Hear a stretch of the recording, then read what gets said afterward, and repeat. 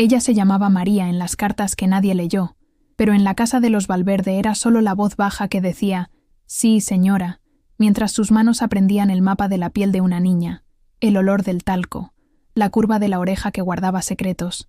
Ella tenía callos como mapas, olor a jabón y pan recién hecho en la ropa, y una devoción antigua que sonaba como canto cuando arrullaba a Sofía al amanecer. La narradora sabía por instinto dónde poner la mano cuando la niña despertaba con miedo, cómo descifrar un llanto que pedía consuelo. En la casa grande todo era brillo. El perfume de la señora Valverde cortaba el aire como un cuchillo. Las cortinas de seda susurraban historias que los sirvientes no debían conocer. Los pisos relucían con un reflejo que multiplicaba las mentiras. María llevaba un delantal raído, una falda remendada y un crucifijo pequeño cosido al borde de su bolsillo, que más de una vez había limpiado con la yema del dedo hasta que brillara. Ese crucifijo olía a humo de vela y a promesas que no se habían roto. Ella vivía en el margen, en la penumbra de la mansión, y sin embargo su vida era un altar silencioso.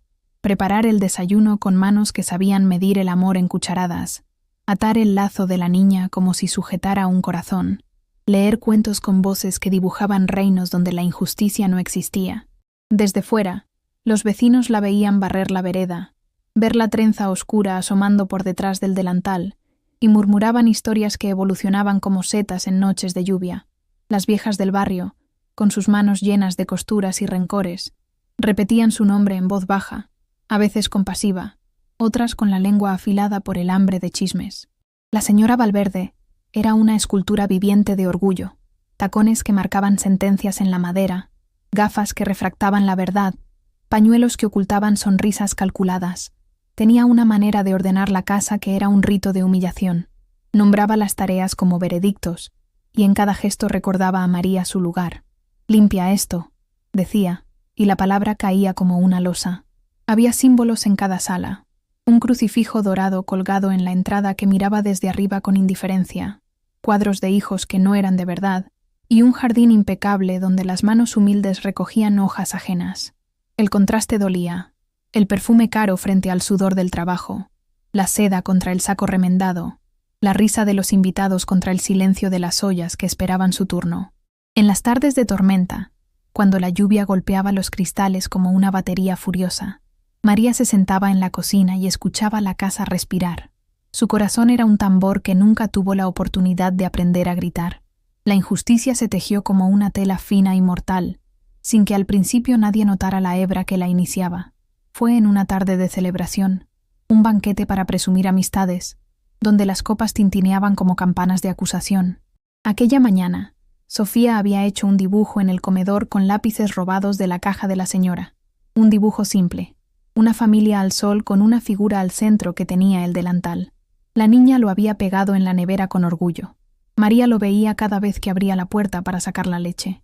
Para ella, el dibujo era un tesoro escondido, la prueba silenciosa de una cercanía que nadie debía nombrar. Sin embargo, la señora Valverde lo encontró y su sonrisa se volvió cuchillo. «¿Qué es esto?», preguntó delante de los invitados, y la voz fue una lluvia de piedras. María sintió el aire clavársele en la garganta. Las manos le temblaron como si la casa quisiera sacudirse de encima un insecto. Las vecinas, como pájaros de mal agüero, ya habían preparado sus opiniones. «La sirvienta se cree dueña», murmuraron unas. «Seguro que quiere algo más», dijeron otras, y la palabra se transformó en rumor que se enroscó en las escaleras. En el centro del comedor, la señora Valverde hizo el gesto lento de señalar a María, y lo que salió de su boca fue una sentencia disfrazada de verdad. «¿Desde cuándo pareces la madre de mi hija, sucia sirvienta?». El silencio cayó pesado, y en ese silencio las palabras de la señora explotaron como cristales. Se rieron algunos, otros miraron hacia otro lado. El vitriolo caló en la piel de María como un veneno antiguo. «Sirvienta sucia», repitió una de las invitadas, y la frase se multiplicó en ecos que la rodearon. María sintió las lágrimas venir, pero no pudo permitirlas. Las lágrimas para ella eran un río que, si se soltaba, desbordaría la dignidad de todo lo que había sostenido. Las uñas de la señora Valverde buscaron la pequeña figura de la niña en la nevera y la arrancaron con desprecio, rompiendo el lápiz, como si arrancara la verdad con las manos. La humillación se convirtió en rito público. La señora ordenó que María fuera a la puerta. La obligó a arrodillarse ante invitados que nunca supieron su nombre, y con voz afilada recitó acusaciones, que había dejado la casa sucia, que había intentado enseñar malos modos a la niña, que había tejido ambiciones donde solo debía haber servidumbre.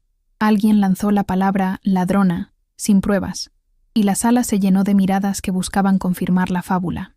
María escuchaba como si todo eso le hablara a otra persona. Su corazón latía en un idioma que nadie entendía. «¡Mentira!», quiso gritar, pero la voz se enredó en su garganta como una mosca. En un instante, la historia que le habían contado sobre sí misma se convirtió en un juicio y un veredicto. Debía ser expulsada. Cerraron las puertas de la mansión con un golpe seco que fue como un portazo en su pecho. El portazo resonó y se llevó consigo todos los nombres que la habían definido en la casa. Y en ese momento, todo cambió. María salió al umbral con sus pocas pertenencias atadas en un harapo, el crucifijo rozando su cuello húmedo por la angustia, y la lluvia comenzó a caer como si el cielo mismo limpiara la afrenta. La gente de la calle la miró con lástima que olía a condena.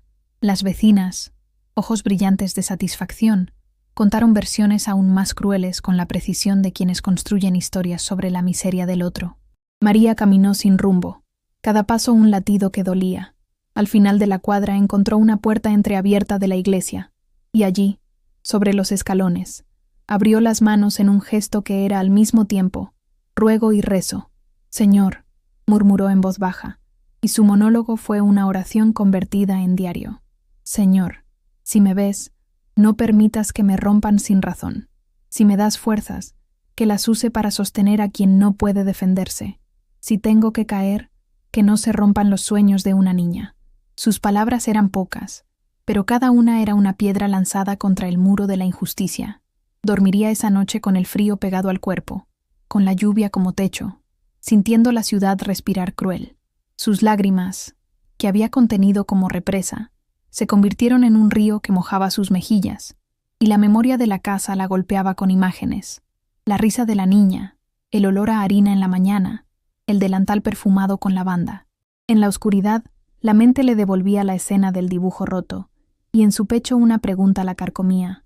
¿Cómo convencer a una niña de 3 años de que la verdad es una flama que no se apaga con mentiras?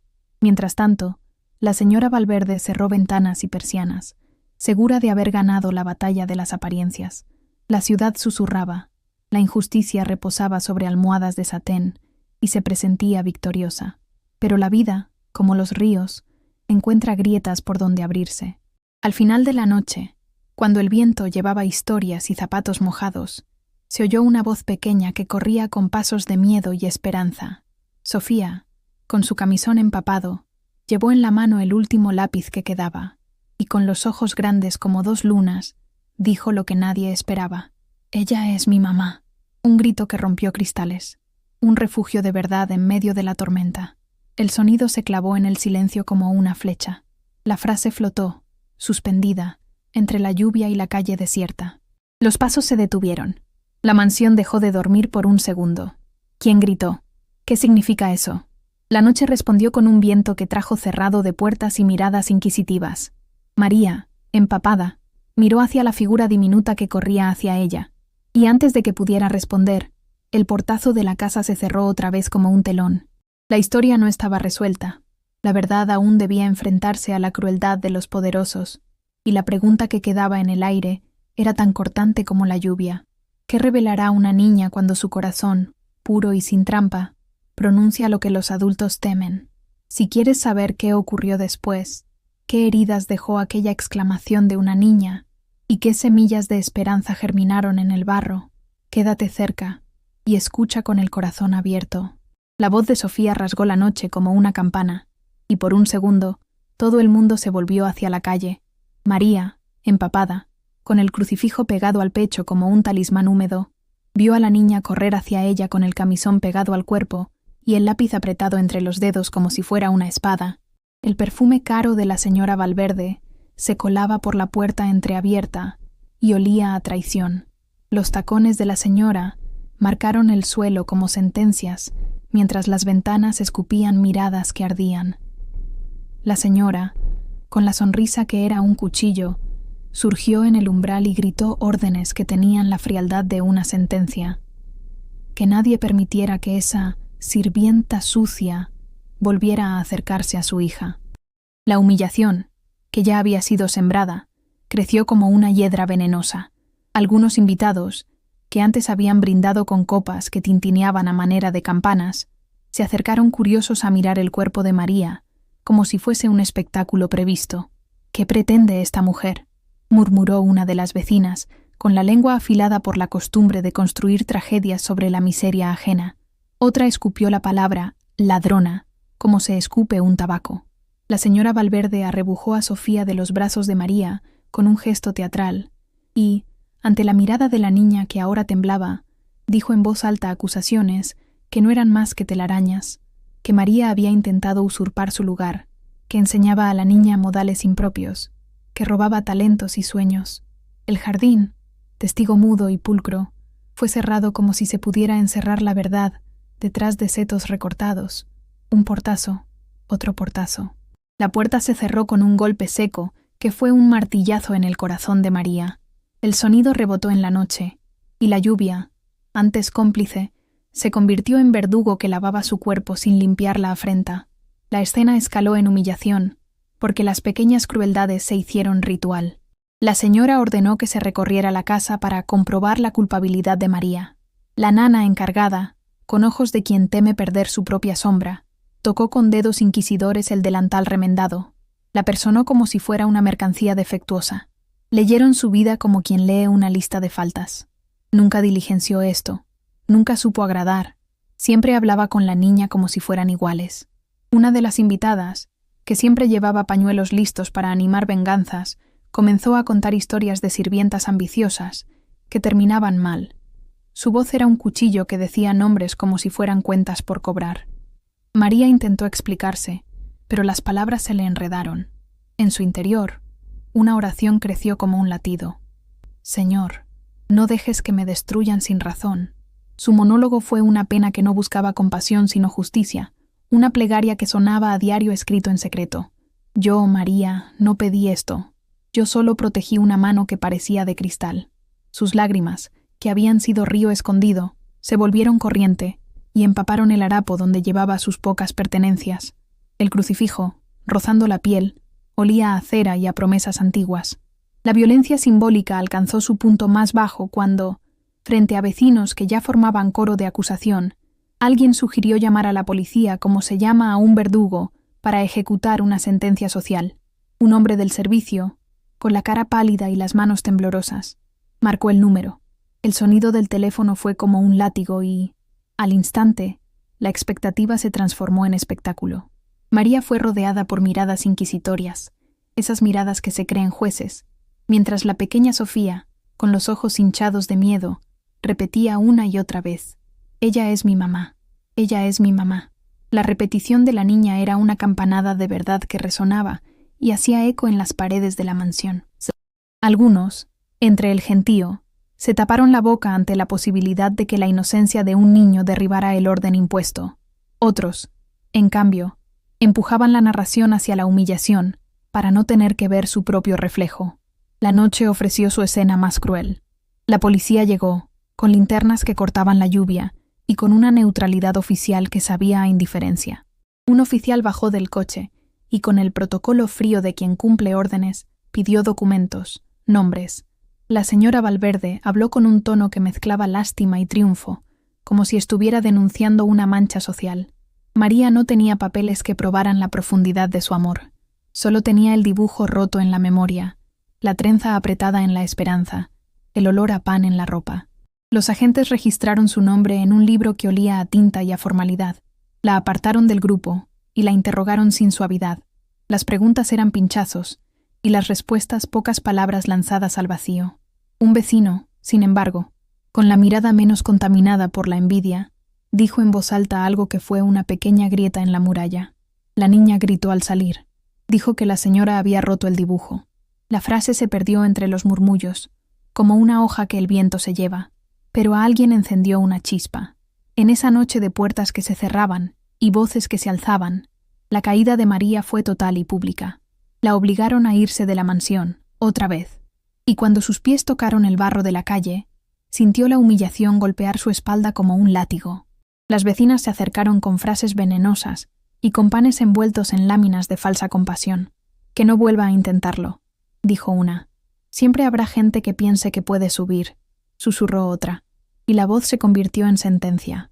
María, con la lluvia pegada al cuerpo como una capa de vergüenza, encontró la roca de un portal donde sentarse y dejó que el frío le mordiera los huesos.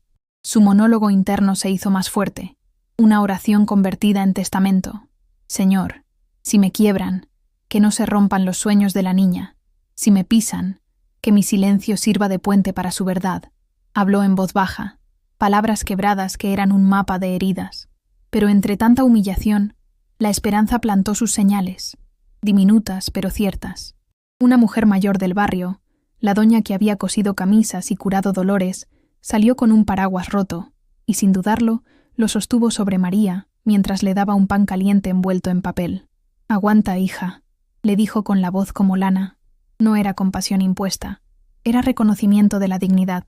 Desde detrás de una persiana, el jardinero, ese hombre que conocía cada raíz de la casa y que había visto a María mecer a la niña en tantas mañanas, dejó caer, sin que nadie notara, un pequeño paquete envuelto en una servilleta.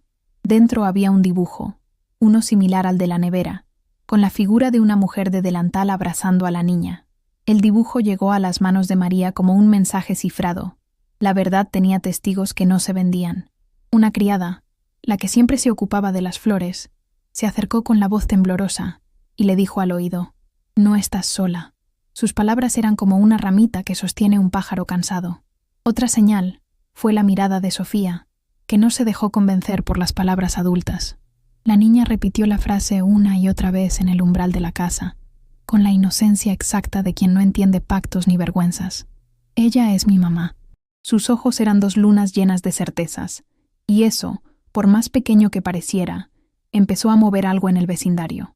Un muchacho del barrio, ese que vendía periódicos y que siempre miraba las injusticias con rabia muda, salió corriendo con el lápiz que la niña había apretado y lo colocó sobre la mesa de la parroquia. Llevaba la intención de entregarlo a quien quisiera escuchar. En la iglesia, el sacerdote que había visto a María aquella tarde notó manchas de tinta en su delantal. Recordándola, sintió que algo no cuadraba en la versión oficial. Sus manos, callosas por muchas confesiones, se aferraron al crucifijo y pensó en la posibilidad de intervenir. «No podemos dejar que la verdad se esconda», murmuró para sí, y eso fue una promesa silenciosa. Mientras tanto, en la casa, la señora Valverde reunía su corte de lamentos y apariencias, convencida de que el escándalo estaba controlado. Sin embargo, una ventana rota en su narración apareció en forma de testigo. La vecina que siempre guardaba secretos por tratos y favores comenzó a cuestionar. «¿Y si la niña dice la verdad?», preguntó alguien con voz de duda, y la muralla de certeza se resquebrajó por primera vez. Un rumor nuevo corría. Alguien había visto a Sofía dibujar, una y otra vez, figuras con un hombro donde siempre había un delantal. El rumor encontró en la palabra de un niño del barrio un eco inesperado. La oí decir que la señora rompió el dibujo porque no le gustaba lo que decía.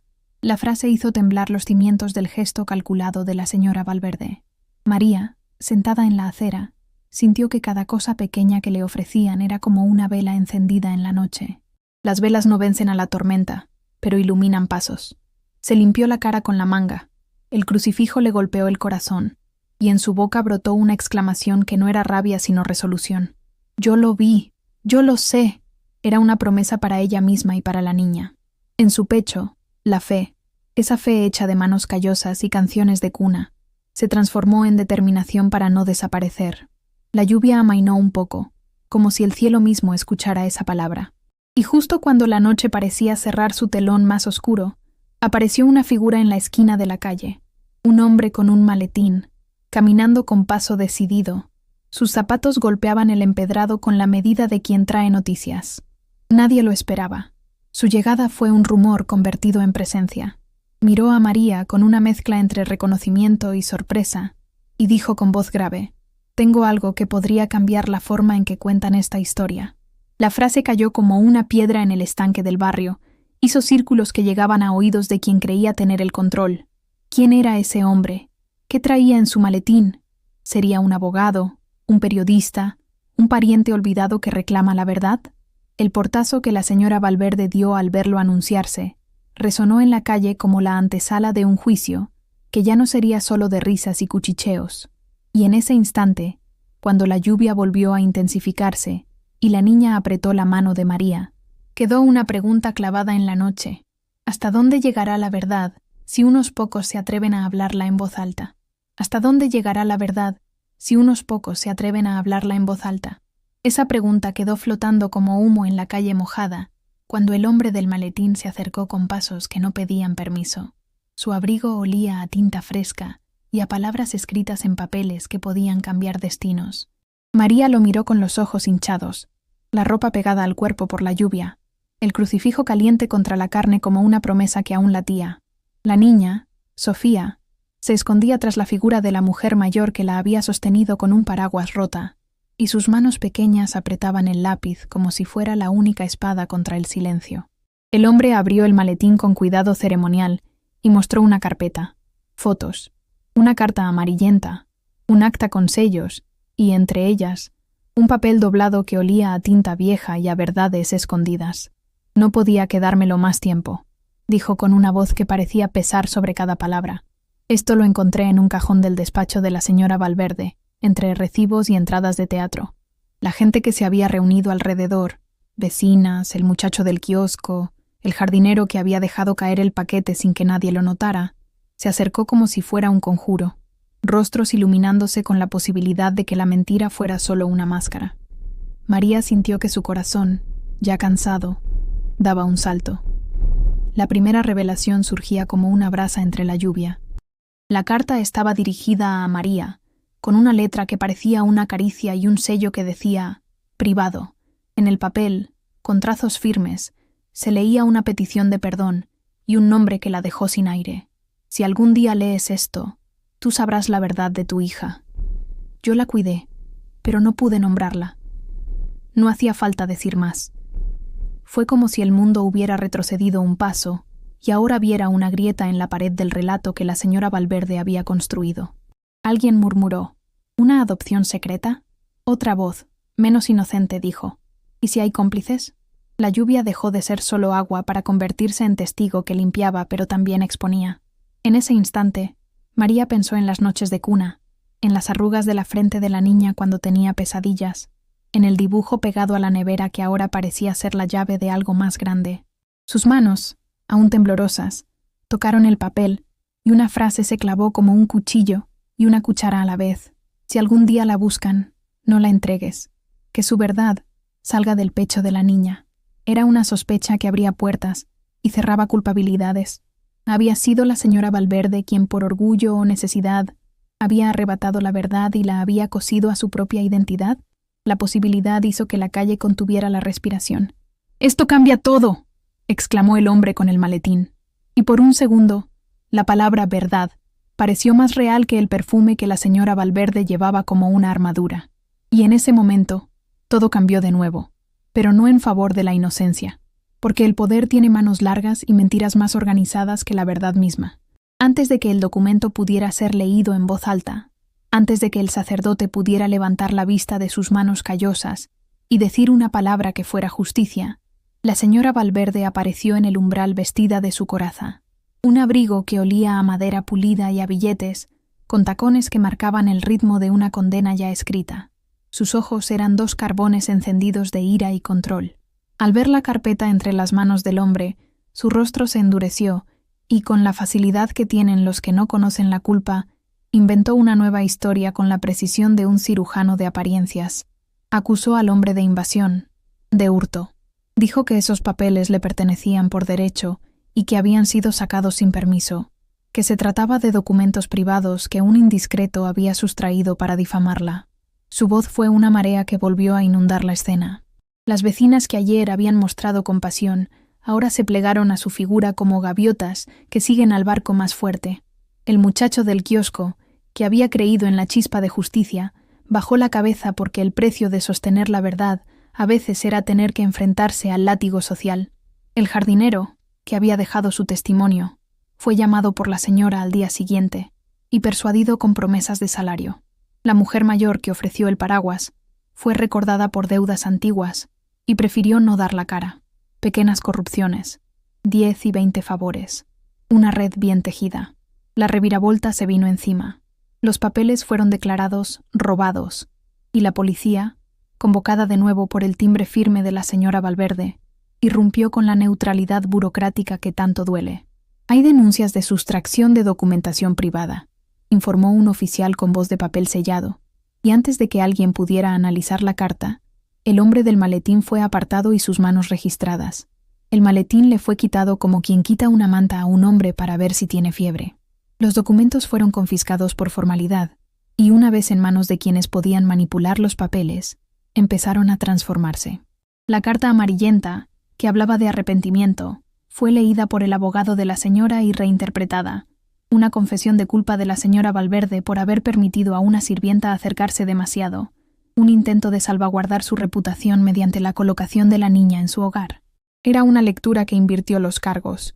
Aquello que pudo probar la inocencia de María fue presentado como prueba de que María tenía motivos para manipular, que había planeado plantar la carta como estrategia para luego reclamar a la niña. Si la verdad es un río, las manos del poder pueden desviar su curso con presas construidas con mentiras.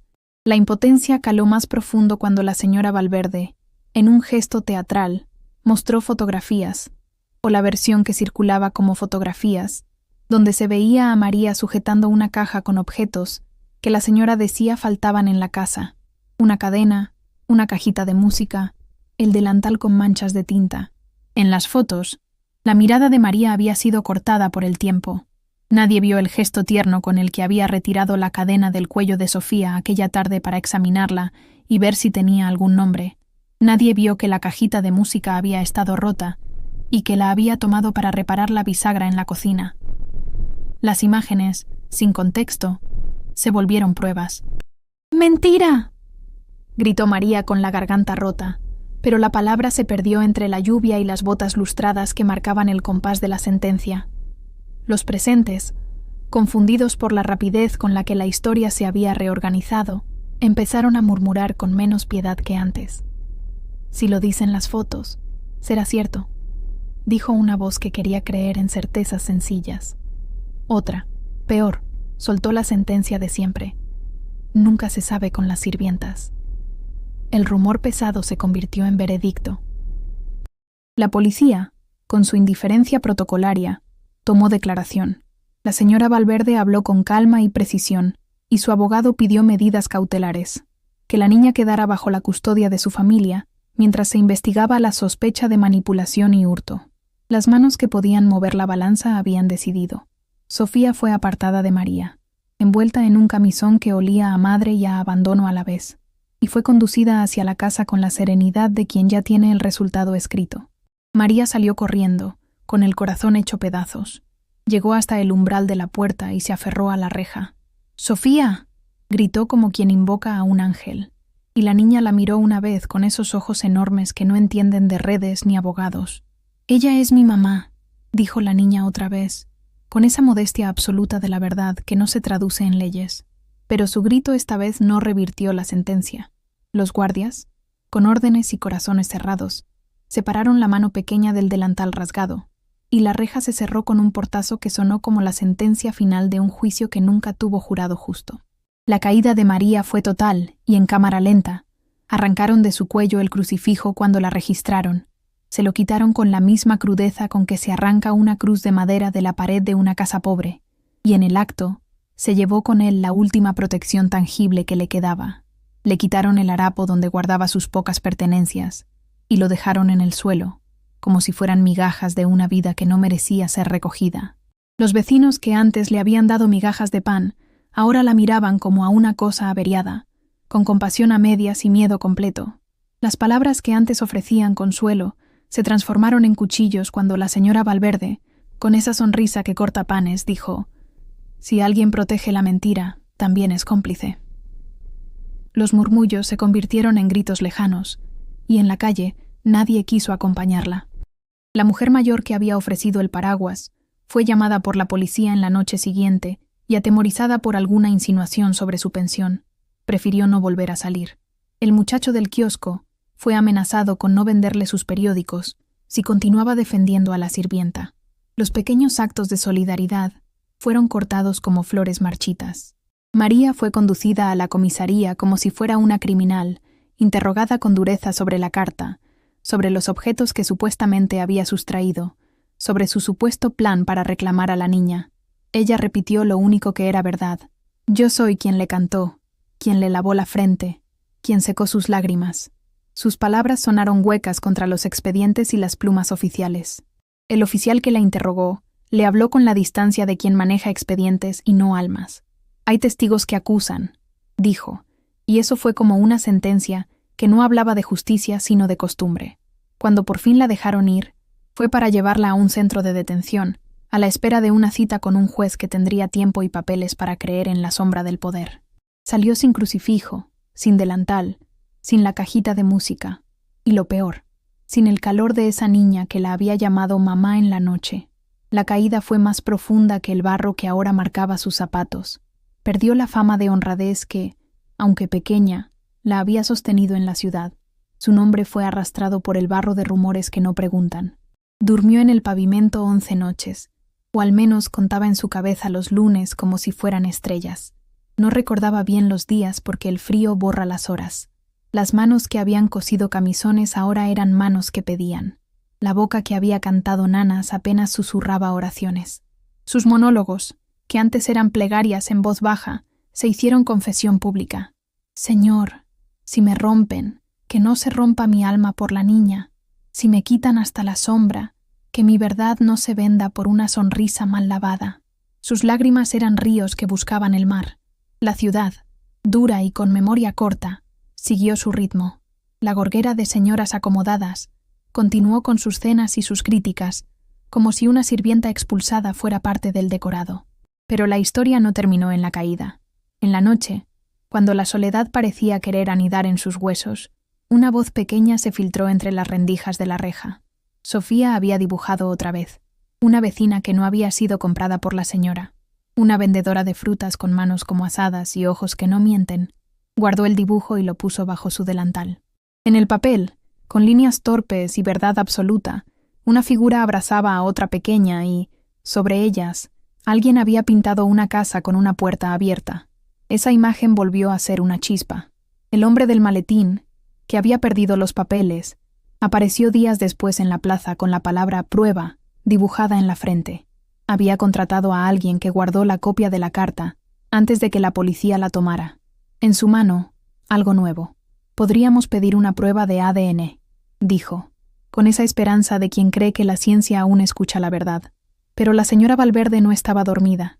Su abogado ya había solicitado un juez amigo, y entre papeles y sobornos disfrazados de honorarios, logró retrasar todo.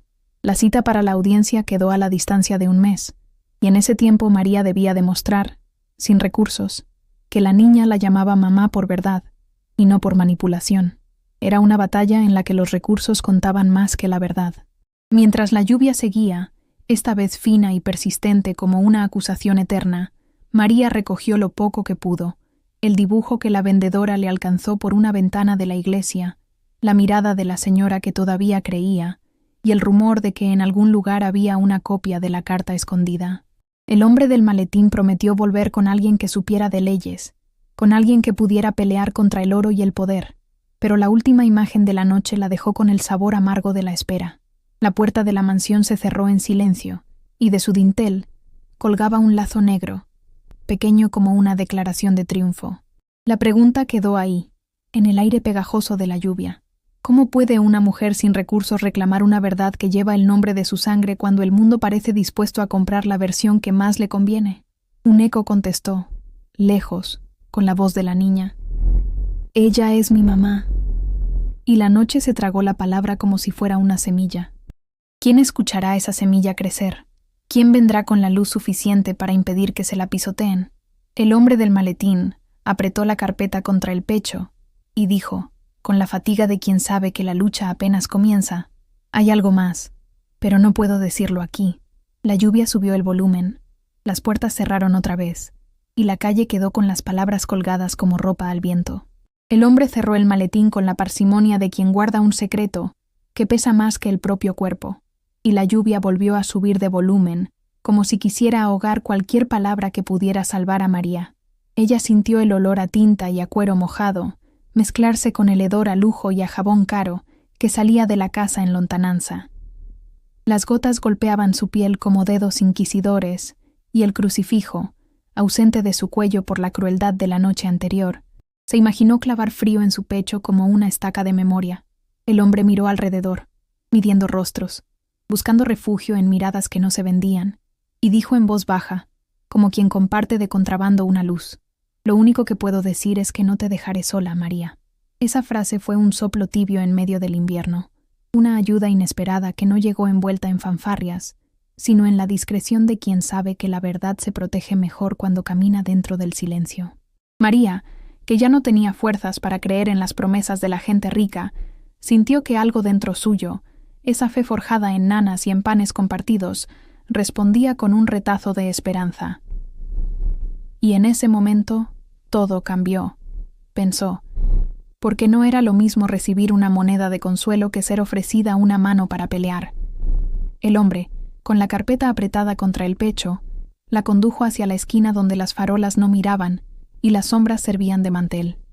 Le habló de papeles fotocopiados, de un testigo que había guardado silencio por miedo a perder la cosecha y que ahora estaba dispuesto a hablar, de una copia de la carta que alguien había escondido entre las costuras de una chaqueta vieja. Habló también de una grabación, débil como un susurro, en la que se oía a la señora Valverde discutir cómo arreglar fotos y apurar a la policía para cerrar el caso antes de que el escándalo creciera. Mientras hablaba, María olfateó el aroma del café que el hombre llevaba en un termo y se aferró a esa calidez como a una señal de que la humanidad todavía existía fuera de las paredes que matan. La ayuda vino también en otras formas pequeñas y hondas. La mujer de la frutería, con manos que cortaban manzanas como si descifraran destinos, se ofreció a custodiar a Sofía una noche si hacía falta. El jardinero, con la tierra aún en las uñas, prometió entregar un testimonio escrito sobre las veces que había visto a María mecer a la niña como si fuera suya. La costurera que había cosido camisones y depositado secretos en dobladillos recordó que, años atrás, la cuna de Sofía había traído de fábrica un sello con el nombre de una madre que luego desapareció en papeles y compraventas. Fueron pequeñas piezas que, juntadas, podían ser la bisagra de una puerta.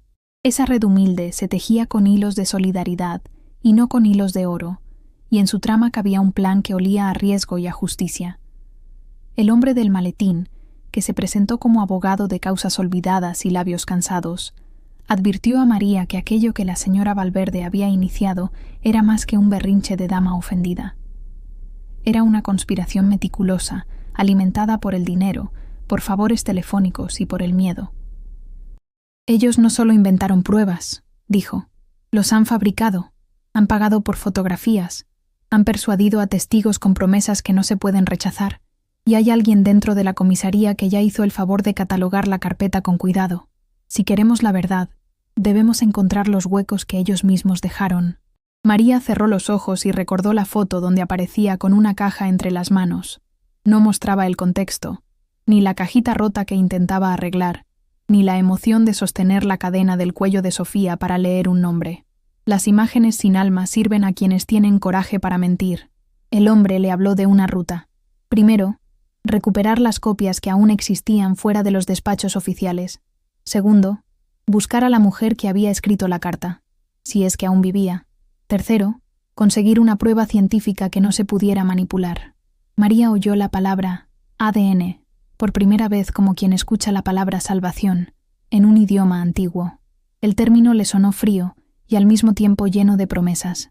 Una prueba que no se compra con dinero, que no se forja con fotos. Pero el hombre, con la tristeza de quien ha visto muchas cosas definidas por el poder, aclaró el peligro. La señora Valverde tiene amigos en el laboratorio y en la municipalidad. Si presentamos la petición sin cuidado, podríamos ver resultados cambiados, falsos, pagados. Ellos saben mover las manos cuando la justicia es débil. Aquella confesión hirió como un corte bien hecho.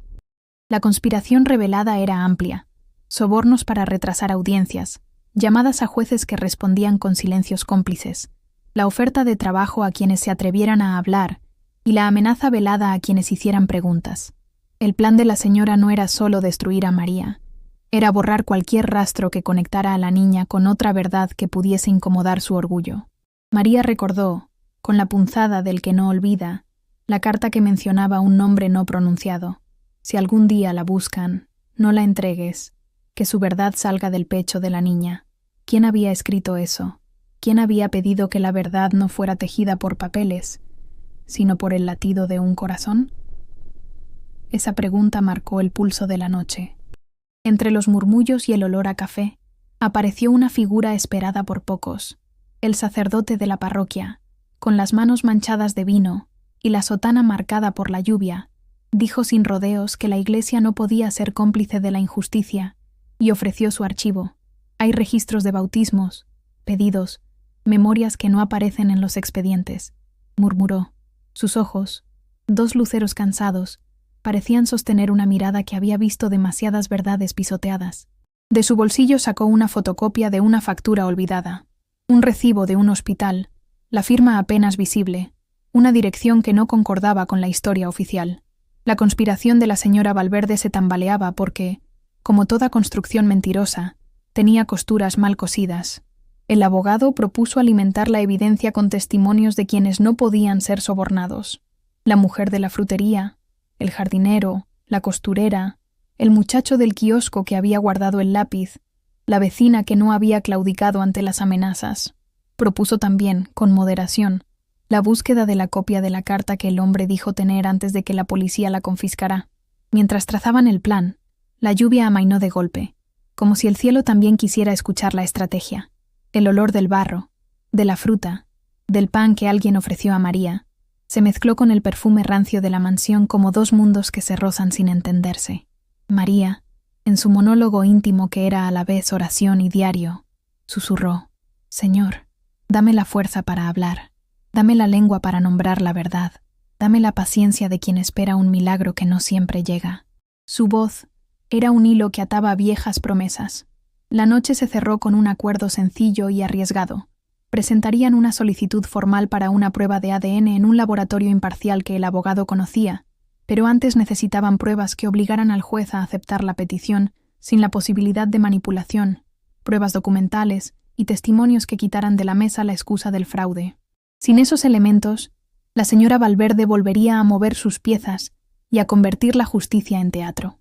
Mientras planificaban, una información nueva cayó como una piedra en el estanque. El hombre que había aparecido con la maleta era más que un abogado. Era hijo de una mujer que había trabajado años en la casa de los Valverde y que, en un cajón, había guardado una carta original. Su madre, en su lecho de enfermedad, le había dicho que la verdad debía salvarse y que los papeles debían confiarse a alguien que no tuviera precio. Él había esperado el momento, y ese momento parecía haber llegado. La carpeta que antes había mostrado contenía, además de fotocopias, una carta en cuyo margen alguien había escrito con urgencia un nombre y una fecha. María la tocó, y la letra le habló como si un fantasma la reconociera. Había una nota que decía: «Perdón por no protegerte». Ese perdón era una promesa que exigía castigo, o al menos rescate. La conspiración, por primera vez, tenía una grieta por donde la verdad podría filtrarse. Pero la noche no dejaba de ser una trampa. Al cerrar la reunión, el hombre del maletín recibió una llamada que dejó su rostro pálido. Palabras cortas, amenazas veladas, el sonido de una voz que ordenó silencio. «No están dispuestos a perder», murmuró, y eso selló la tensión. La justicia parecía posible, pero a un costo. María apretó el dibujo que Sofía le había entregado la última vez que pudieron mirarse. El lápiz dibujado en el papel le contó la historia que nadie quería escuchar. Entonces, cuando la bruma empezaba a recubrir los techos, alguien a lo lejos lanzó un grito que hizo temblar las ventanas. La señora Valverde, desde su balcón, con cara de reina herida, había enviado a uno de sus hombres a recoger pruebas nuevas antes de que nadie pudiera protegerlas. Fue una advertencia. El viento trajo consigo una idea clara que se clavó en el alma de María como un clavo dorado. La verdad no se revelaría sin riesgo, y quien la buscara debía estar dispuesto a perderlo todo. En ese instante, llegó otro ruido. Pasos apresurados, un auto que se detuvo, el crujir de una puerta, y la pregunta quedó suspendida en el aire, afilada como un cuchillo.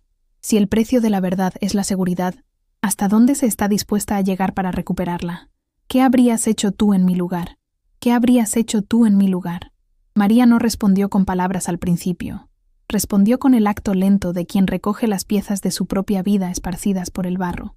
Se secó la cara con la manga rota, sintió el olor a humedad mezclado con el perfume a rosa de la mansión, que aún flotaba en el aire como una ofensa, y respiró hondo hasta que el aire pareció entrarle como una promesa pequeña.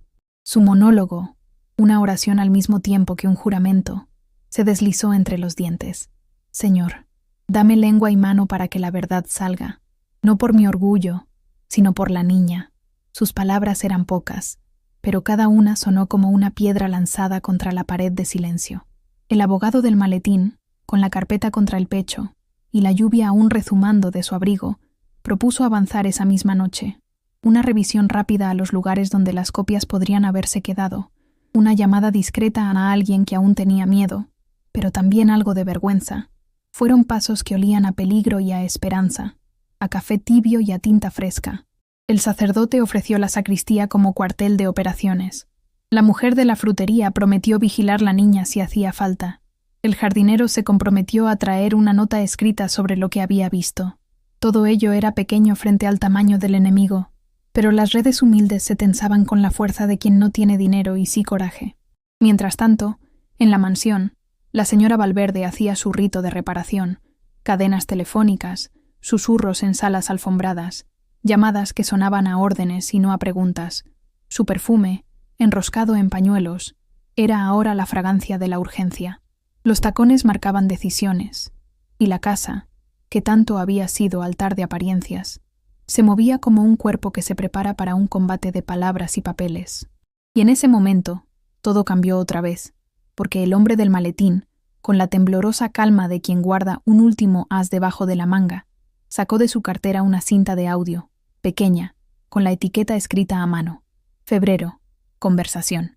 El papel olía a tiempo guardado, a polvo y a secretos.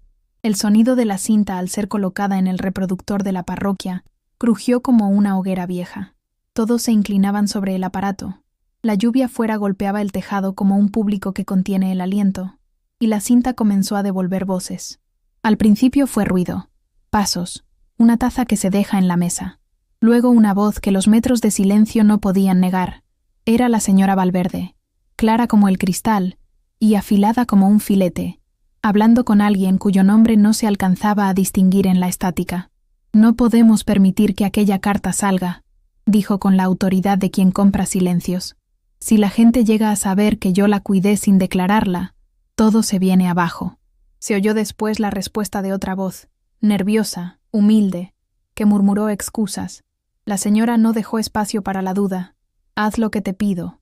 Reescribe, cambia firmas, convence a uno aquí, otro allá. No quiero escándalos. Si hay que fingir una pérdida, se finge». La sangre de María se convirtió en hielo y fuego al mismo tiempo. Las palabras eran un veneno que se derramaba ahora en la sala plena de luces tenues, y todos escucharon el plan. Manipular documentos, comprar silencios, construir una historia que enterrara a otra. Los vecinos, que hasta entonces habían sospechado, quedaron sin aliento. Las viejas, que eran riñas y costuras tapadas, se miraron como si por fin pudieran reconocer la puntada mal hecha. La grabación era un cuchillo. El aire se llenó del olor a cera de las velas y de la tinta recién humedecida en papeles que podrían salvar a una mujer o hundir a una familia. «Es una trampa», dijo una voz. «Es la verdad», dijo otra. Y en ese choque, la noche se partió. María sentía en la garganta un río de lágrimas que quería convertirse en huracán. Las lágrimas para ella dejaron de ser signo de derrota y se volvieron testigo. Corrió a la casa, como quien busca la raíz del mal, y pidió ver al juez de guardia. No era el tiempo de ceremonias, era el tiempo de poner la grabación ante alguien que tuviera obligación de oírla. El hombre del maletín llamó a un viejo conocido en la fiscalía. En la madrugada, con la lluvia menguando en un susurro, la carpeta, la cinta y los dibujos de la niña viajaron en un coche hacia la estación de policía donde, por primera vez desde que la noche la había expulsado, María sintió que la justicia podría estar mirando de frente. En la comisaría la formalidad pareció torpe y humana a la vez. Un funcionario, con manos que habían pasado por papeles de vida y no por menús de gala, oyó la cinta y sus ojos cambiaron de color, como quien descubre una trampa en su propio zapato. «Esto debe ir al juez», dijo, y la frase agitó la calma que la señora Valverde se había impuesto. El rumor corrió la ciudad como pólvora. Una grabación incriminaba a la señora. Las vecinas que antes habían hecho leña del árbol caído callaron un instante. Los niños del barrio miraban como si estuvieran a punto de asistir a una función de teatro. La señora, al enterarse de que el oído de la ley se había abierto, se presentó aquella misma mañana en la plaza con su coraza de seda y piel de loba, gafas que ocultaban emociones, pañuelo que escondía manos que ya habían preparado billetes, sonrisa que era una sentencia. La confrontación pública fue una escena diseñada por la necesidad de ver la verdad puesta a prueba. El juez, un hombre más acostumbrado a papeles que a escándalos, aceptó escuchar la grabación en audiencia urgente. La plaza se llenó de vecinos, de cámaras de teléfono, de mujeres con delantales manchados y de señoras con guantes blancos. La lluvia volvió a ser acto simbólico. Llovizna fina que parecía lavar lo que la ciudad no se atrevía a nombrar. Sofía, con el lápiz a medio uso, fue llevada al estrado por la mujer que la había protegido. Sus ojos eran dos faros incombustibles. María, con las manos temblorosas y el crucifijo imaginado en el pecho, porque ya no llevaba el real, miró a la niña como quien recoge un tesoro del mar. El sacerdote, con las manos todavía marcadas por vino y por la tinta del registro, apoyó la fotocopia del hospital sobre el escritorio del juez. Era una pieza más del rompecabezas. Cuando la cinta comenzó a sonar en la sala del juzgado, todos se inclinaron hacia la verdad como quien se acerca a una hoguera para calentarse las manos. La voz de la señora se oyó nítida, calculadora, ordenando la fabricación de pruebas y la compra de silencios. Las vecinas que semanas antes habían aplaudido su caída, ahora se taparon la boca. Algunas, con ojos enrojecidos, comprendieron la marea de mentiras que habían empujado sin saberlo. La grabación fue seguida por testimonios. El jardinero habló con la honestidad de quien siente la tierra en las uñas y contó cómo había visto a la señora tomar la carta del cajón donde la madre biológica la había dejado. La costurera relató que había sido llamada para coser una etiqueta donde luego apareció otro nombre. El muchacho del kiosco entregó el lápiz como prueba de que la niña lo sostenía con una naturalidad que no se enseña. La sala olía a papel húmedo, a lluvia, a pan caliente traído por una vecina que parecía incapaz de quedarse sin gesto. El clímax fue una ráfaga. La voz pequeña de Sofía, que a lo largo de la batalla no se había dejado amedrentar, se acercó con pasos que parecían de gigante y dijo con esa certeza de quien nombra la luna: «Ella es mi mamá». El silencio que siguió fue tan pesado que los relojes decidieron detenerse. «¡Mentira!», gritó la señora Valverde, como si su palabra pudiera cortar la cuerda del testimonio. «Yo la crié», añadió, y su voz se quebró mostrando la grieta donde la verdad se había colado. «Yo lo vi», gritó María con todo lo que le quedaba por voz, y esa frase fue la bala que cruzó la sala. El juez, con la gravedad de quien tiene en la lengua la balanza de muchos panes, ordenó medidas cautelares inmediatas. La policía procedió con un registro ordenado de la mansión. Las cámaras de teléfonos grabaron cada paso. La gente, que en las noches de chismes había sido coro de condena, ahora miraba con ojos que demandaban reparación. La señora fue detenida en medio de la contaminación de su perfume caro y de sus pañuelos, y mientras la policía le colocaba las esposas, su rostro se tornó de porcelana agrietada. Un portazo cerró una etapa. La caída pública de la señora Valverde fue un espectáculo que olía a justicia en la plaza. La policía, los vecinos, el juez que leía la orden en voz alta, y las cámaras que no perdonan. Fue humillación inversa, pública, con luces frías y un sonido que parecía un martillo. La gente gritó consignas. Hubo llantos, miradas de triunfo y de pena. Las viejas del barrio, con lágrimas en los ojos, murmuraron que al fin algo de verdad había sido escuchada. Al final, la verdad siempre brilla más fuerte que el oro, dijo una voz en la multitud, y la frase quedó flotando, como una conclusión que aún no cierra el libro. Pero la victoria fue a medias y la noche no perdona. Cuando la policía se llevó a la señora, uno de sus abogados dejó caer, con la parsimonia de quien guarda aliados, Una advertencia en público y en voz baja que hirió más que una bofetada. Esto no termina aquí. Hay nombres más grandes y pruebas que no quieren salir. Cuidado con los que creen tener la última palabra. La frase fue un vendaval que arruinó por un momento la sensación de triunfo. Mientras las luces del juzgado se apagaban y la plaza volvía a su ruina cotidiana, María sintió la mano del hombre del maletín apretarle el brazo como quien promete no soltar. Habían ganado una batalla, sí. Habían mostrado la mentira, sí. La señora Valverde estaba detenida, y la grabación era ahora pieza en el expediente.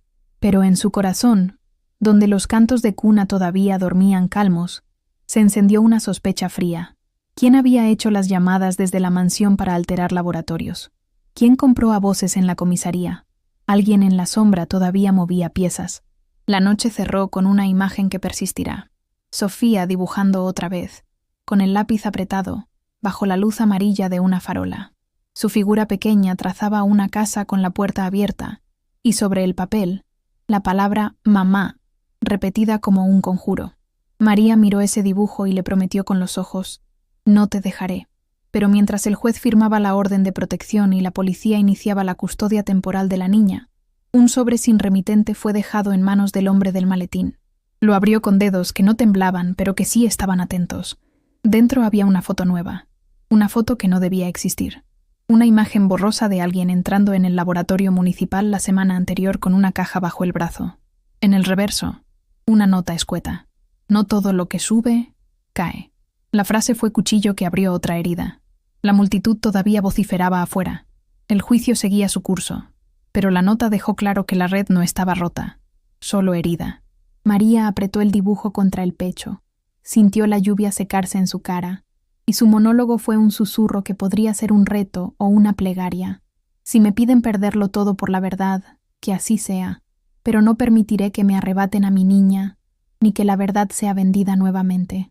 La cámara de un teléfono enfocó su rostro. Su emoción cruda se convirtió en un retrato que circularía por la ciudad. La gente vio la dignidad en alguien que había sido humillada, y algo en el pueblo se movió como un corazón que despierta. El hombre del maletín guardó la foto en la carpeta y dijo en voz baja, apenas para María: hay más, pero necesitamos tiempo y respeto, y si ellos tienen aliadas manos en el laboratorio, tendremos que movernos como sombra entre sombras. El sonido de unas ruedas de coche alejándose marcó el final de la noche, pero no el final de la guerra. Quedó en el aire una pregunta que no admite calma. Si la verdad ha empezado a brillar, ¿quién apagará la lámpara? El crucifijo imaginado en el pecho de María latió fuerte, como si respondiera que no será fácil, que habrá pérdidas y noches largas, pero también que la verdad tiene la terquedad de la lluvia en temporada seca. Y así, con la señora Valverde esposada y los vecinos divididos entre juicio y vergüenza, se cerró una escena que era victoria y advertencia al mismo tiempo. La plaza se vació, y la lluvia volvió a subir como si quisiera borrar huellas, pero alguien dejó, en el escalón del juzgado, un lápiz, el mismo que Sofía apretaba, como un símbolo pequeño y potente. María lo recogió, y lo guardó en su delantal remendado. Su gesto fue sencillo, casi invisible, pero fue juramento.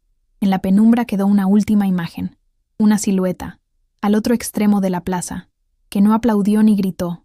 Alguien con teléfono en la mano, hablando en voz baja, perfil oscuro y atento, observó la escena, y cuando apagó la pantalla, murmuró una frase que heló la sangre de quien la oyó: no sabes en qué te metes. Entonces la cámara se alejó, y el capítulo cerró con la ciudad respirando, con la verdad asomándose como una piedra en un río que aún no sabe si su corriente será suficiente para arrastrar todo lo demás. Y la pregunta quedó colgada, punzante: ¿será la justicia más fuerte que el dinero que compra silencios? El eco contestó con la voz de la niña: ella es mi mamá. Y la ciudad, por primera vez en mucho tiempo, escuchó. ¿Y tú? ¿Seguirás mirando desde la ventana? ¿O bajarás a la calle conmigo a proteger esa verdad que una vez fue dibujada con mano pequeña? María no esperó a que la ciudad respondiera. No bajó del umbral a pedir permiso a los que miraban desde ventanas seguras, ni aguardó que la multitud, esa que cambia de rostro como cambian las nubes, decidiera de qué lado colocarse. Se puso en pie como quien recoge un juramento de madrugada, y, con el delantal remendado, metido bajo el abrigo que olía a humedad y a pan, cruzó la plaza donde todavía bullían conversaciones y zapatos, que se limpiaban en silencio. El hombre del maletín caminó a su lado, sus papeles apretados contra el pecho como un talismán de tinta, y el sacerdote cerró la puerta de la sacristía con un gesto que olía a cera y a determinación. Detrás, la mujer de la frutería seguía sonriendo con la comisura de los labios rota por el miedo, pero sosteniendo la cajita de madera donde guardaba el lápiz de Sofía como quien custodia una reliquia. Olía a lluvia reciente, a café frío en termo, a perfume caro que se filtraba desde la distancia como un recuerdo que hiere. Las farolas dibujaban círculos de luz en el pavimento mojado, y en esos círculos se movían sombras que no sabían si aplaudir o esconderse. El plan, sencillo como una oración y peligroso como un filo de cuchillo, se fue desplegando en voz baja. Conseguir una muestra de ADN imparcial, una cadena de custodia que no permitiera trampas, y una audiencia rápida donde la grabación y el laboratorio universitario, ese que nadie podía sobornar de forma tan fácil, hablaran por sí mismos. Si la verdad es río, cerremos las compuertas para que no la desvíen, susurró el abogado, y su voz era la promesa de quien conoce tribunales y sabe cuántas veces la justicia se vende en plazos de pago. La primera misión fue recuperar la prueba física que la niña tenía en su cabello. La vendedora de frutas, con manos curtidas, había guardado el cepillo de Sofía dentro de un saco de manzanas y lo entregó con la precaución de quien deja un tesoro en manos prestadas. Cerdas quebradas, restos de lápiz pegados por cera de galleta, pequeñas hebras que olían a jabón y a hogar. María tocó el cepillo y su corazón, que era tambor de nana, dio un golpe como si la cuna entera latiera. Una frase salió de su boca en modo de plegaria. Señor, que estas hebras hablen por lo que mis manos no pueden decir. Sus dedos, temblorosos pero firmes, guardaron el cepillo en una bolsa con etiqueta escrita a mano por el sacerdote. La etiqueta olía a tinta y a sal de lágrimas. Fue un ritual de humildes, un rito alterno al que la señora Valverde había impuesto con sus tacones y sus historias. Allí, en la sacristía, se realizó una cadena de custodia hecha con manos honestas. El jardinero, la costurera, la mujer de la frutería, todos firmaron en el papel con letras que temblaban pero que no se vendían. No importa el lujo de sus mentiras, dijo la costurera, con la aguja aún entre los dedos. Importa la firmeza de nuestra letra. Y su letra, torpe y real, entró en la carpeta que el abogado llevaría al laboratorio universitario por la noche. El aroma del aceite de oliva de la frutería, mezclado con el hedor de los pañuelos perfumados de la mansión, hizo que la ciudad se sintiera partida en dos mitades que no siempre se comunican. La segunda misión fue conseguir el aval para la prueba. El juez de guardia, un hombre con la paciencia gastada por expedientes, escuchó la cinta, escuchó los testimonios y accedió a una providencia cautelar para una extracción en un laboratorio neutral. Fue una victoria pequeña, con papeles verdes y sellos que sonaron como campanillas de esperanza. Pero los pasos que siguieron olían a peligro. La casa de los Valverde no dormía sin acción, y alguien, una mano amiga dentro del laboratorio o un teléfono que nunca dejaba de sonar, había dejado una advertencia en la carpeta del hombre del maletín.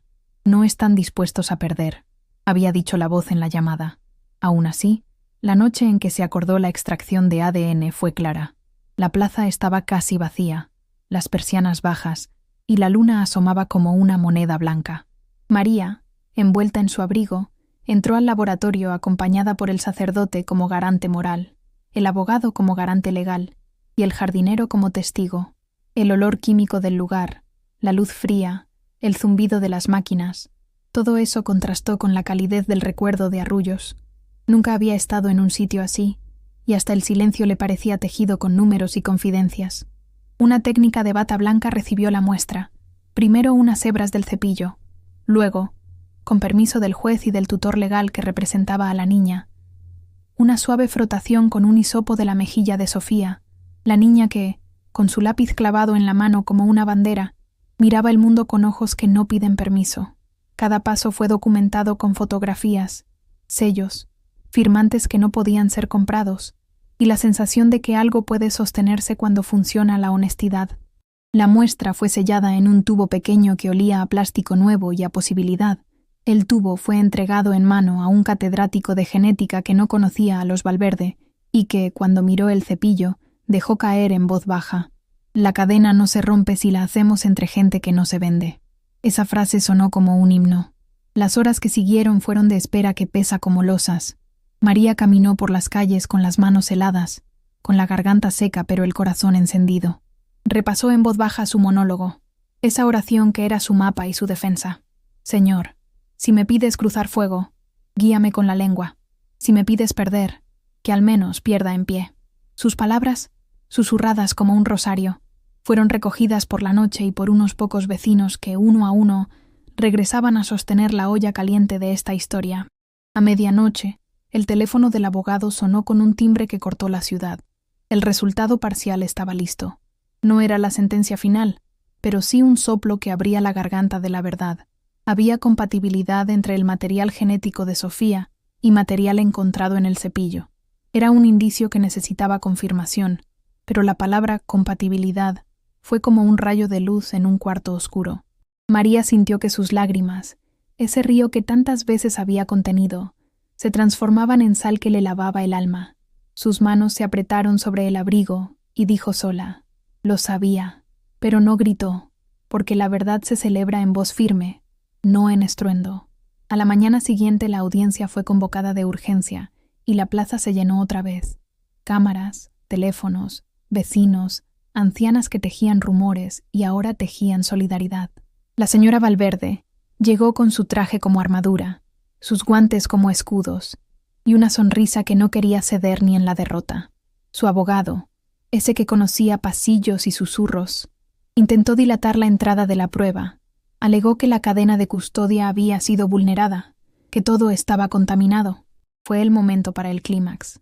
El abogado del maletín pidió la palabra, presentó los sellos, mostró las fotos del laboratorio, y el catedrático, con la frente perlada de cansancio y la voz de quien ha decidido no vender su ciencia, dio lectura al informe. Correlación genética verificada. Probabilidad de vínculo materno compatible más allá de lo común. La sala, que hasta entonces había sido un coro a medias, se quedó muda. El aire olía a papel, a lluvia y a tensión. La señora Valverde se transformó en hierro frente a esa frase. Su rostro, antes porcelana inmutable, comenzó a mostrar las grietas. «¡Mentira!», gritó ella con la furia de quien aún intenta moldear la realidad con sus dientes. «Yo la crié», dijo, pero la grabación volvió a sonar en la sala, y su propia voz, ordenando fabricar pruebas, cayó como un cuchillo que regresa al mango. «Yo lo vi», gritó María, y el grito fue una bala. Sofía, pequeña y firme, se acercó y repitió con la inalterable lógica de los niños. «Ella es mi mamá». El juez, de voz grave, pidió calma y ordenó que la niña quedara bajo custodia del Estado protectora hasta que la investigación terminara. La señora, mientras la escuchaban leer el acta, rompió algo dentro de sí, una confesión a media voz, un «no lo quería», que fue más un sonido que una verdad. Pero la escena no fue pacífica. En el momento más tenso, un funcionario que había estudiado las llamadas al laboratorio fue llamado al estrado, y con la mirada temblorosa, narró cómo un número desconocido había presionado para acelerar resultados en un expediente anterior. Los nombres quedaron flotando como moscas en la sala, y una vieja pena se transformó en alarma. Fue entonces cuando la señora, con la sangre en el rostro mezclándose con el maquillaje, apuntó con el dedo no a María, sino a alguien en la audiencia. Ella tiene documentos que nadie vio», dijo señalando a la costurera que había traído la factura del hospital. La acusación fue meteórica y dejó a la costurera pálida como una sábana. Los murmullos volvieron a sonar. «¿Y si todo esto fuera una farsa?», preguntó un abogado de la defensa con voz calculada, plantando otra semilla de duda. La tensión escaló, y la escena estalló en un choque de voluntades. Las fofoqueiras, esas que antes habían condenado sin oír, ahora cambiaban de lado con la rapidez de las aves. Algunas avergonzadas, tapaban la boca. Otras, temerosas de perder amistades útiles, miraban con ojos que buscaban la salida más rentable. El jardinero, con las manos aún manchadas de tierra, se puso en pie y dijo con la simpleza de quien admite un acto sin heroísmo: «Vi muchas cosas. No soy héroe, solo digo lo que vi». Su relato fue una cuerda que tensó el escenario. En la penumbra, alguien sacó un teléfono y la transmisión en vivo comenzó a darle al mundo entero la posibilidad de ver lo que la plaza presenciaba. La confrontación llegó a su punto álgido cuando el juez, leyendo los sellos, ordenó una medida extraordinaria. Un registro inmediato en la mansión de los Valverde, para descubrir si había más documentos ocultos o pruebas que enturbiaran la verdad. El despliegue policial que siguió fue cinematográfico. Luces intermitentes, botas que golpeaban el empedrado y el olor del perfume caro mezclado con el caucho de las patrullas. Dentro de la casa, los sirvientes que todavía no habían sido comprados se apartaban como quien evita la vergüenza, y las viejas de la cuadra, desde sus ventanas, sostenían el aliento. La policía encontró en el despacho una caja oculta con fotos retocadas, etiquetas cambiadas y un sobre con billetes. También hallaron una libreta con llamadas telefónicas donde figuraban nombres que todavía no convenían revelar. La señora Valverde, esposada por un instante, gritó, y sus gritos fueron música de derrota para quienes habían asistido a su reino. Su abogado consiguió, a fuerza de llamadas, que la escoltaran y la retiraran, dejando una promesa. Esto no termina aquí. La prensa, hambrienta de escándalos, apuntó sus lentes. La ciudad veía con ojos ávidos y divididos. María, en medio de ese altar de luces, masculló su monólogo. Señor, si esto es la prueba, haz que mi voz sea justa. Si es trampa, protégeme del pozo. Su voz fue un hilo que ató a la niña, al abogado, al sacerdote y al jardinero en una misma esperanza. Pero el cierre fue incompleto. En medio del tumulto, alguien entregó al hombre del maletín una carta con letra temblorosa. No digas todo aún. Dentro había una fotografía nocturna de un coche saliendo del laboratorio con una caja en el asiento. En el reverso, una frase corta, filosa. Hay nombres más grandes. Un escalofrío recorrió la plaza. La victoria, aunque palpablemente real, olía a riesgo porque, como todas las verdades que golpean a los poderosos, traía aparejada la amenaza de una reacción mayor. María miró a Sofía, a la que le habían dado un camisón sencillo y una manta, y le prometió con la mirada: «No te dejaré». Pero su voz, que antes había sido grito, ahora fue pregunta que colgó como cuchillo. ¿Quién paga ahora el precio de que la verdad salga a la luz? La cámara de un vecino captó el momento, y la imagen corrió por la ciudad como un himno. En ella, María sosteniendo el lápiz de Sofía, parecía más mujer que antes, y más frágil también. Y así, cuando la policía se llevó cajas, papeles y a la señora Valverde hacia una celda provisional, una figura oscura observó desde la esquina y murmuró a su teléfono: «No saben en qué se han metido». La frase cayó como amenaza y como promesa. La audiencia se declaró aplazada por cuestiones de investigación mayor. La plaza se vació y la lluvia lavó las huellas como si no quisiera dejar evidencia de la batalla. María guardó el lápiz en su bolsillo y, con el crucifijo imaginado clavado en el pecho, repitió su juramento silencioso: «Si me piden perderlo todo por la verdad, lo daré. Si me piden silencio, no lo aceptaré». Pero el final no cerró. La última imagen fue la del sobre sin remitente que nadie quiso abrir en público, y una pregunta que quedó flotando en la bruma. ¿Qué haría la ciudad cuando los nombres que ahora temblaban fueran, quizá, más grandes que la mansión misma? La lluvia volvió a subir, más fina, como si la noche respirara honda, y la promesa de María resonó entre adoquines y huellas.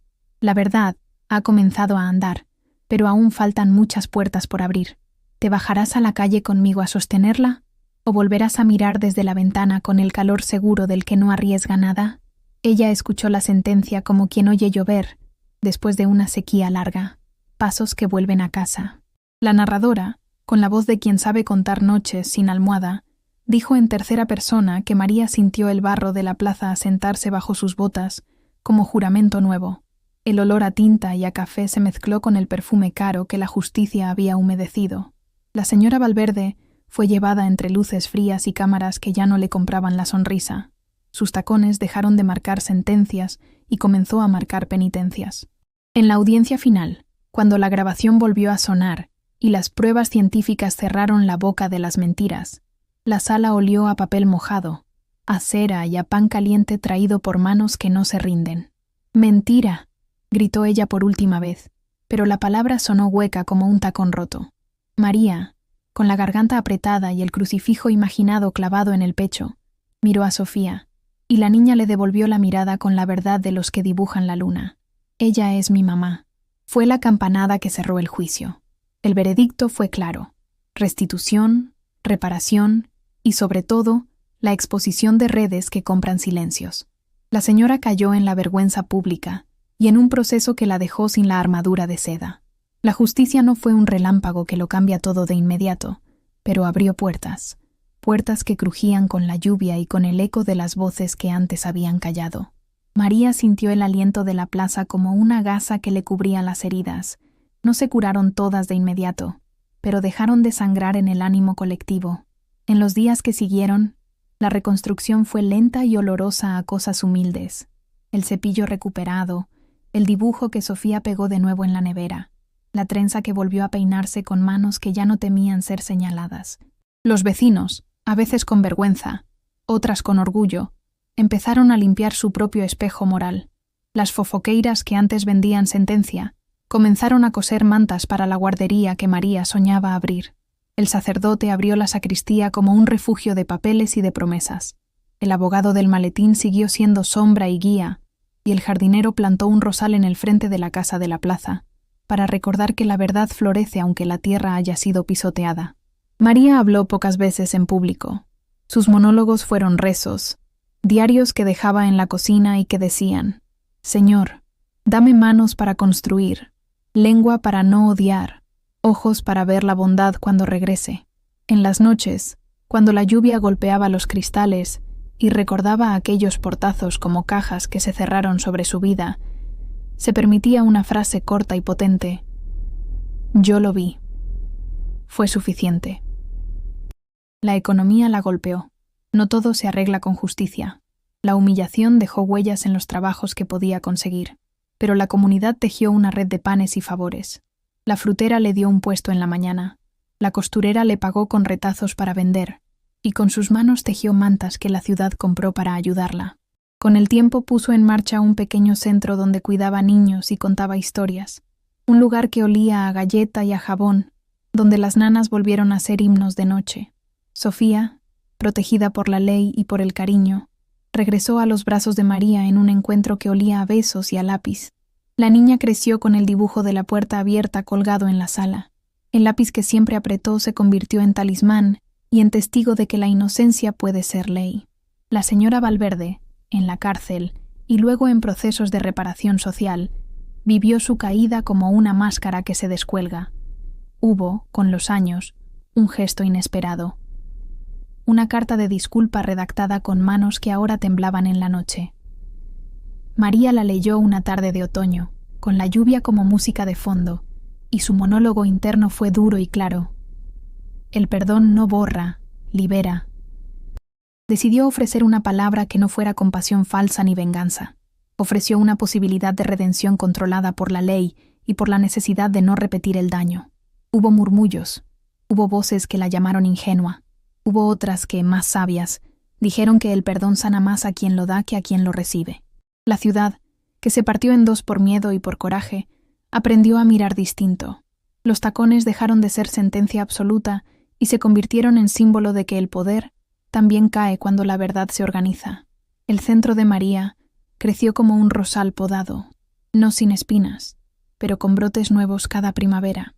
Enseñó a los niños a dibujar la verdad, a no callar cuando las puertas se cierran y a sostener lápices como banderas. La reconstrucción social tardó años. Algunos vecinos volvieron a sus viejas costumbres. Otros hicieron de la solidaridad su bandera. La narradora cuenta que en las noches aún oye el crujir de la reja y el eco de un portazo, pero también escucha risas de niños y el sonido de platos donde ahora se comparte comida en vez de cuchicheos. La moral de esta historia es un espejo sencillo. La verdad, cuando se junta con la justicia, tiene el poder de sacudir altos muros. La solidaridad de los humildes, como lluvia persistente, logra erosionar la piedra del poder. No es un final sin costo. Hubo pérdidas, noches sin dormir, días de hambre y cicatrices que nunca del todo borran la memoria. Pero hubo también una reconstrucción posible porque la dignidad se defendió con hechos, no solo con palabras. Al final, la verdad fue el río que limó las mentiras, y la misericordia, esa extraña medicina, curó lo indispensable para seguir viviendo. María aprendió que perdonar no es olvidar, y que proteger a una niña es la única medida que vale. Si esta historia te conmovió, comparte para que más personas la escuchen.